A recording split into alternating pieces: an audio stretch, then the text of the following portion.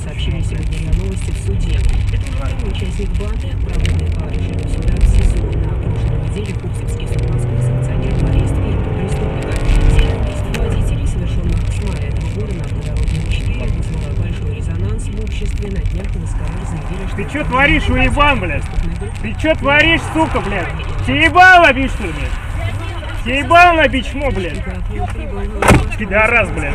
Участие в заседании продления его срока домашнего ареста, сообщает ТАСС. Бизнесмен был помещен под домашний арест 16 сентября по обвинению в легализации имущества, приобретенного преступным путем по делу хищения по акции «Башнефти». 25 сентября суд отказал в его защите в освобождении под залогом.